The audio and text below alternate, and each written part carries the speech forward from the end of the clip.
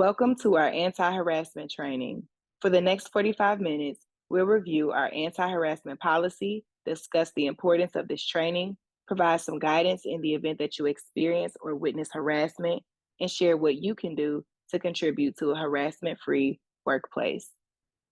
There will be a quiz at the end, so please be sure to listen attentively.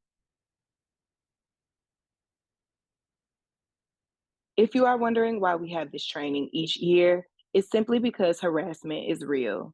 In June 2016, the Equal Employment Opportunity Commission released a report on the study of harassment in the workplace, which determined that workplace harassment often goes unreported.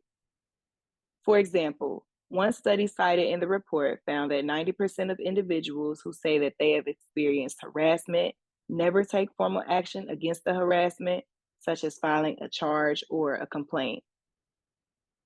As we look at this chart, we can see that though the number of complaints has decreased in recent years, this only captures complaints that have been filed, not each instance of harassment that has occurred.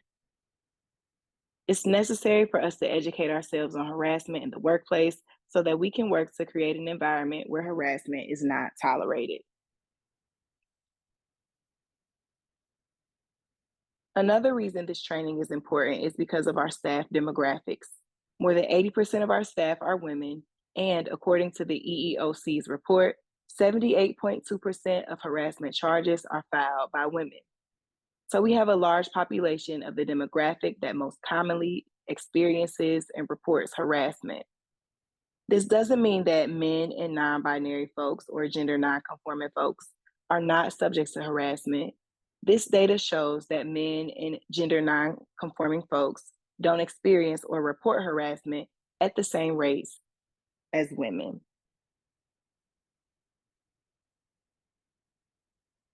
The third reason we have this training is because DC has one of the highest report rates of harassment.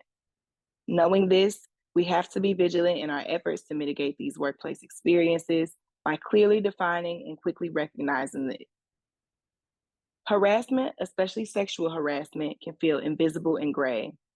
Because it's common in our region, we have to be careful not to conflate harassment being common with harassment being okay.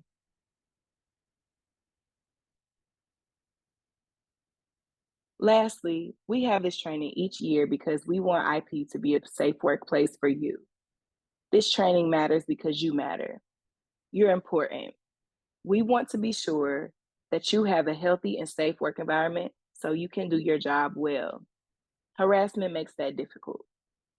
It matters because we're proactive. Anti-harassment policies can be confusing, so we want to talk through them. We recognize that this and other trainings are necessary for us to understand IP's policies. It matters because we're in this together. Each of us plays a role in ensuring harassment is not tolerated at IP at any time. As members of our team, it's everyone's job to keep IP safe. Finally, this training matters because it's our culture. We are dedicated to diversity, equity, and inclusion. And we are committed to maintaining a work environment that is appreciative of one another and our many differences. Harassment has no place here. And we want to be in compliance with Title IX and Title VI of the Civil Rights Act. Title IX requires that all schools provide sexual harassment training to school employees.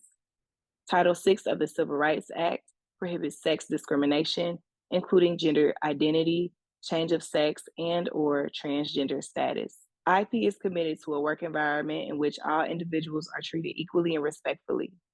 It is our responsibility to provide a professional work atmosphere that promotes equal opportunity and prohibits discriminatory practices, including harassment.